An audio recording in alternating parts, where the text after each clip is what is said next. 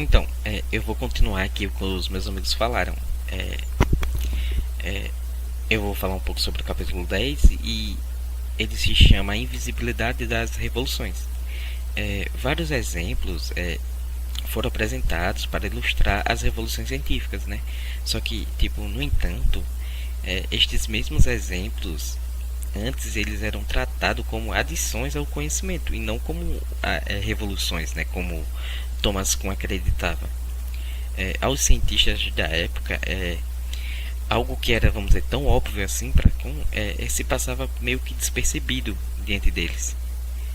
Dito isto, os cientistas na verdade, né, e os leigos daquela época, eles tinham uma visão diferente da de Kuhn. E grande parte disso era por causa como posso dizer, de uma fonte autoritária, que disfarçava, na verdade, a existência e o significado das revoluções, meio que mascarava, né, tipo, o significado dessas revoluções científicas.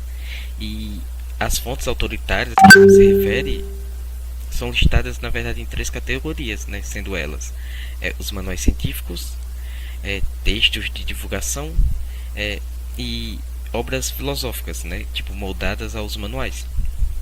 Estes três tipos de textos, né, eles já se utilizavam de paradigmas aceitos pela comunidade científica, né? É, Porém, esses paradigmas eles tinham problemas, eles eram problemáticos, né? Na verdade, todas essas fontes elas tinham semelhanças, na qual todas elas se registravam o resultado estável das revoluções e desse modo põe em evidência, né, as bases da tradição é, recorrente da ciência normal. Ou os manuais, por exemplo, eles tinham um papel importante na ciência normal. Mas na época, os manuais eles continham apenas um pouco da história, e toda ela era selecionada e reinterpretada ao paradigma, na verdade, que se filiam, né? Entretanto, tipo, os manuais, sendo pedagógicos, né, eram destinados a perpetuar a ciência normal, e eles deveriam ser imparciais, ou pelo menos reescritos, né, toda vez que a linguagem ou a estrutura, as normas da ciência normal se modificassem. Em outras palavras, né, tipo, eles precisariam ser reescritas imediatamente, na verdade, né, após cada revolução científica. E tem um cara, né, que é o Alfred Whitehead, na verdade eu acho o nome dele. Por exemplo, ele escreveu o seguinte: ele escreveu a frase: a ciência que hesita em esquecer seus fundadores está perdida. E segundo Kuhn, Whitehead estava errado, porque, tipo, na verdade a ciência não tem esquecido os seus heróis, ela na verdade necessita deles, é totalmente diferente, e ela na verdade os relembra, né, sempre que possível. Só que também ela os reinterpreta, né, e ao fazer isso ela esquece somente os seus trabalhos, porque não tem para que ficar citando os trabalhos antigos daquela época, né? E Kuhn, na verdade, está toda hora dizendo que a pesquisa científica, ela é, na verdade, uma pesquisa que envolve um teor social, né, e político. E é muito legal, porque, tipo, quando a gente para pensar, geralmente temos uma visão meio romântica, né, às vezes, da ciência, de que a ciência ela é feita por um indivíduo que descobriu sei lá o que, e por meio de uma epifania, esse cara, buf, do nada descobriu a resolução para isso. E na verdade não é bem assim, né? Tipo o Newton, caiu a maçã e do nada ele descobriu. Não foi bem assim, né? O que Thomas Kuhn na verdade quer dizer é que para Newton ter descoberto tudo que ele descobriu, ou Galileu, Copérnico, esses caras, tipo, na verdade eles estavam envolvidos em um contexto, né? E tudo isso que eu falei, que começa com os próprios cientistas e se estende aos manuais científicos pós revolucionárias, tornam as revoluções invisíveis. Bom, agora sobre o capítulo 11, que se chama a Resolução das Revoluções, o objetivo de Kuhn nesse capítulo analisar as seguintes questões: qual o processo pelo qual um novo candidato a paradigma substitui seu antecessor. O que leva um grupo a abandonar uma tradição de pesquisa normal por outra?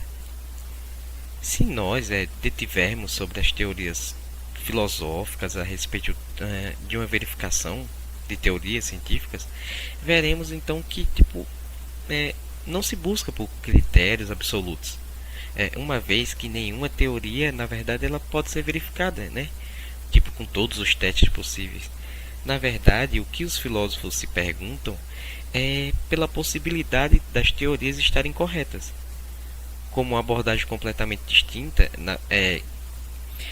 Karl Popper, eu acho que era esse o nome, ele nega a existência de qualquer tipo de verificação. Ele, na verdade, ele enfatiza a importância, né, da falsificação, que na verdade as experiências anômalas elas não podem ser identificadas com experiências de falsificação.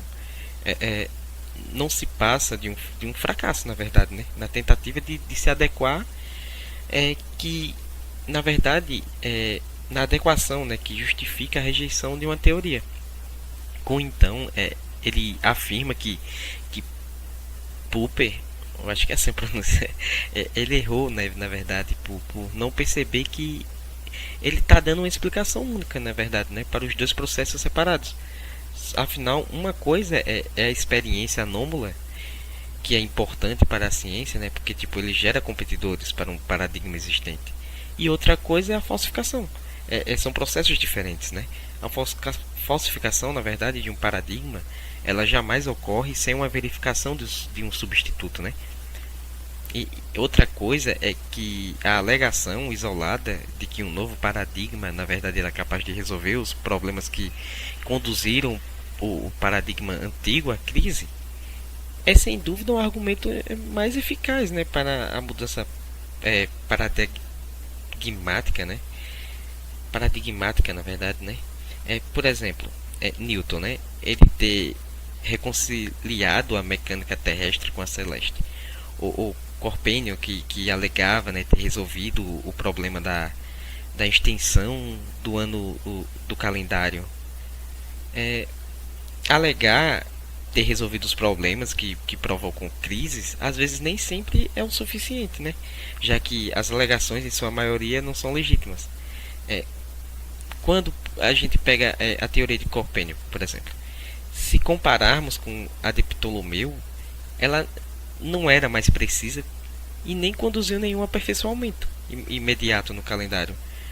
Com isso, afirma que a questão mais fundamental no debate entre paradigmas não é a habilidade relativa de resolver problemas, mas na verdade a questão é saber que paradigma deverá orientar, já que quem adota o novo paradigma o faz por fé, né, na sua própria capacidade de resolver os grandes problemas.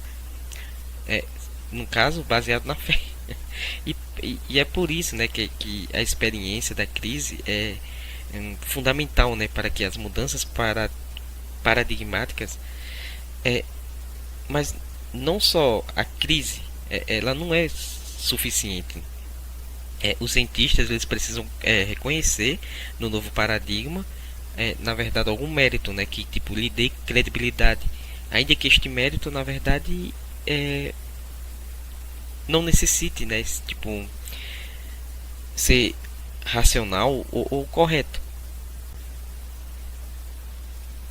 Por fim, agora, né, por fim, eu irei falar um pouco sobre o seu último capítulo, que se chama O Progresso através das Revoluções.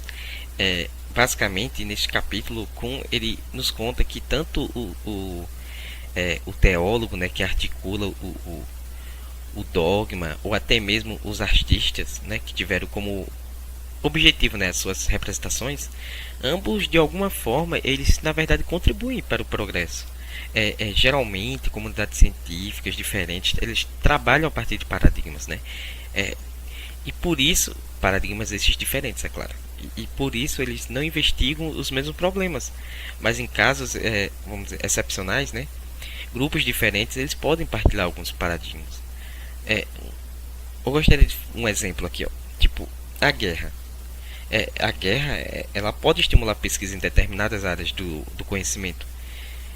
E, tipo, a gente não só vai elaborar armas, como também medicamentos, vai aprimorar, vamos dizer, o sistema de transporte, vai haver novas formas, né, de comunicação.